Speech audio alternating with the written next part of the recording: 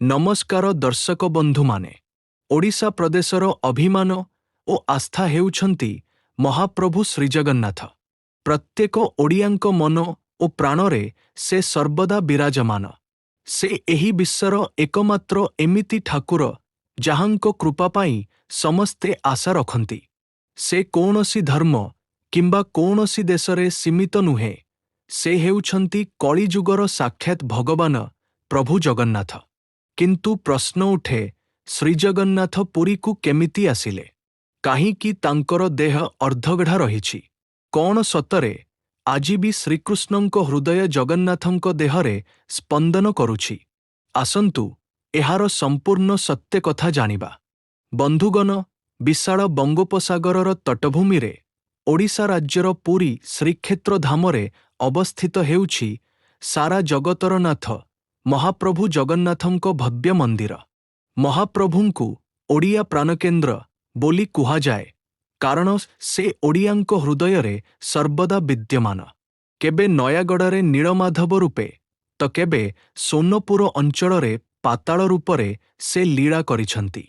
जगन्नाथंक किंबदंती अनुसारे द्वापर जुगरे महाभारत युद्ध समाप्त हेला परे श्रीकृष्ण पांडवमानंक पक्षरे थिले।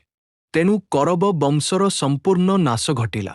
एहारे माता गांधारी गभीर शोक सही पारिले नाही एवं तांकर सत्पुत्रंक मृत्यु पाई श्रीकृष्णंकु दायी करी अभिशाप देले। जेपरी करब वंशर नाश होईछि, सेहीपरि तुम जादव वंशर मध्ये नाश हेब।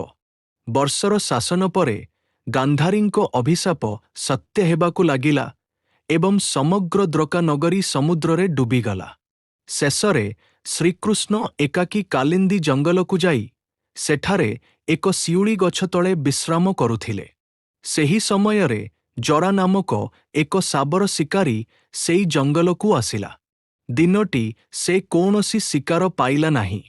निराश होई से एक गछ तले बसी पड़िला। दूररू से देखिला जे गछ आड़रे एक हरिण लुचि रहिछि बोली भाबिला। हरिण भाबी जरासर विक्षेप कला, किंतु निकटकु जाई देखिला जे सेटी हरिण नुहे बरम प्रभु श्रीकृष्णंक पाददेशरे सर लागिछि। एहा देखि जरा कांदी पकाइला एवं क्षमा प्रार्थना कला। श्रीकृष्ण कहिले, हे जरा, एहा मोर अंतिम समय। तुमे निजकु दोषी भाबी दुख करनी, कारण एहा सबु पूर्व निर्धारित। तापरे श्रीकृष्ण तांको सखा अर्जुनंकु डाकिबाकु कहिले। श्रीकृष्ण देहत्याग करिबा परे जरा ओ अर्जुन तांकर अंतिम संस्कार कले। किंतु समस्त प्रयास सप्त श्रीकृष्णंक हृदय अग्निरे जଳିला नाही। शेषरे सेमाने सेही हृदयकु एक काठ बक्सारे रखी समुद्ररे प्रवाहित करिदेले।